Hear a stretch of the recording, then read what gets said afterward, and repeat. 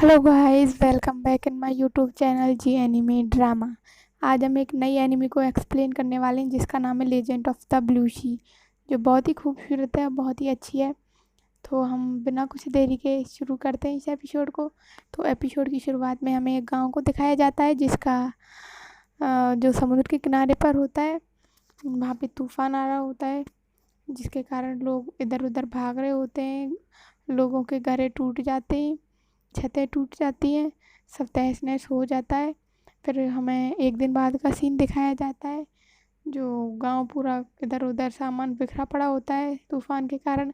फिर कुछ लोगों का मुँह समुद्र के किनारे पर मछलियाँ एक इकट्ठा करते हुए दिखाया जाता है। जो इकट्ठा करते करते वो चट्टान के पास पहुंच जाते हैं। वहाँ चट्टान के पास एक गुफा होती है, वहाँ पे एक लड़की होती है, लेकिन वो लड़की नहीं होती, जलपरी होती है। उसे देखकर सब चौंक जाते हैं, बस देखते ही रह जाते हैं क्योंकि उन्होंने उसके बारे में बस सुना होता है, कभी देखा नहीं होता। फिर हमें एक आदमी को दिखाया जाता है जो जलपरी को देखने के लिए वहाँ आ रहा होता है, जो गांव का मुखिया होता है। और एक बूढ़ा आदमी फिर उसे जलपरी के पास ले जाता है, और वो ले जाके उसे जैसे बस देखते ही रह जाता है वो आदमी उसे जलपरी को, क्योंकि वो बहुत ही ब्यूटीफुल होती है और उसे छूने ही वाला होता है। लेकिन उसे एक बूढ़ा आदमी उसे रोक लेता है, क्योंकि बोलता है कि जलपरी को छूना बहुत खतरनाक हो सकता है, क्योंकि ये जलपरी किसी भी इंसान की याददाश्त को मिटा सकती हैं और उनकी आत्मा को खींच लेती है। लेकिन वो इस बात पे कोई ध्यान नहीं देता और अपने सैनिकों से कहता है, मैं जलपरी मिलने की खुशी में मैं आप तुमको इस पार्टी देना चाहता हूँ। और दूसरी तरफ हमें दिखाया जाता है कि एक सरदार का काफिला इधर आ रहा होता है। वो न्यू सरदार होता है उस जगह का। दूसरी तरफ पार्टी का सीन देखा जाए तो जोरों शोरों से पार्टी चल रही होती है। फिर हमारा मुखिया बोलता है कि सरदार आपको पता है जलपरी के बारे में, लेकिन सरदार उस मना कर देते हैं, उसको अफवाह समझ के टाल देते हैं।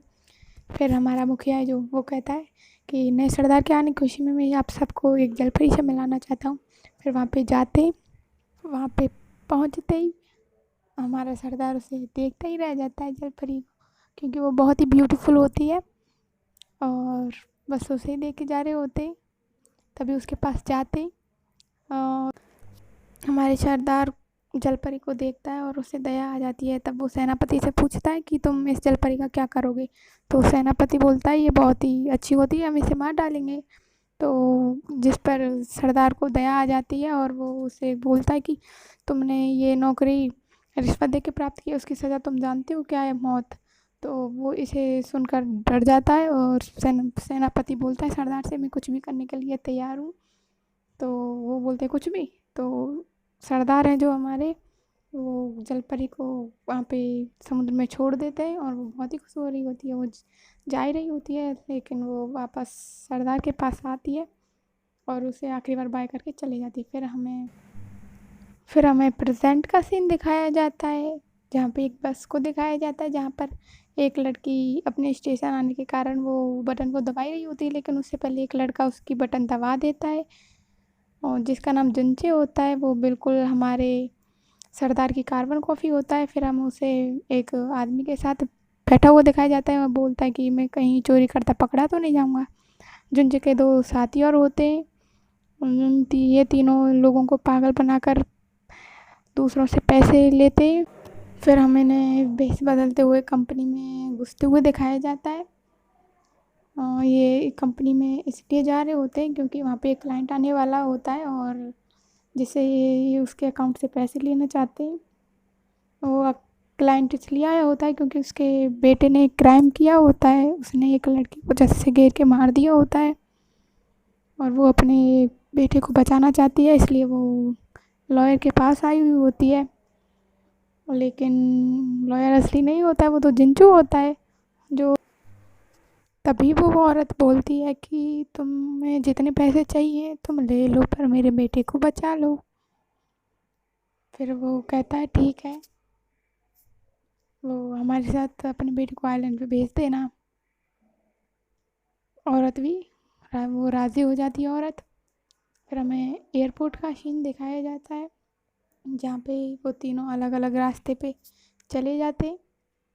फिर हमें जिंचू और एयर होस्टेज का सीन दिखाया जाता है, जहाँ पे वो एयर होस्टेज से बात कर रहा होता है और एयर होस्टेज उसके लिए खिड़की खोलती है और बताती है कि ये समुद्र की तरह सुंदर है, इस समुद्र में जलपरियाँ रहती हैं। लेकिन वो हंस के उस बात को टाल देता है। फिर हमें अगला सीन दिखाया जाता है जहाँ पे समुद्र में जलपरियाँ तैर रही होती हैं। एक जलपरी एक चमकती हुई चीज़ के पीछे जा रही होती है। फिर वो उस ब्रासलेट को ऊपर ले जाके पहन लेती है। ये ब्रासलेट सरदार का होता है, जो मैंने दिखाया नहीं है। फिर हमें दिखाया जाता है कि समुद्र में तूफान आ रहा होता है, बहुत ज़ोर से लहर आ रही होती है, जिसके साथ वो भी बाहर आ जाती है और बेहोश हो जाती है चट्टान पे। तब उसे होश आता है, तो वो खड़ी होकर देखती है कि उसे कोई देख तो नहीं रहा। फिर वो पुल के ऊपर चढ़ जाती है और तभी चल रही होती है। फिर मुझे उसे किसी की आवाज़ आती है और वो देखती है कि अपने पैरों की तरफ, जो उसकी टेल है वो पैर इंसान के पैरों में कन्वर्ट हो चुकी है। वो अजीब अजीब से अपने पैरों की हरकत कर रही होती है, देख रही होती है। उसे वो बहुत डर जाती है और फिर वो पूल में छलांग लगा देती है।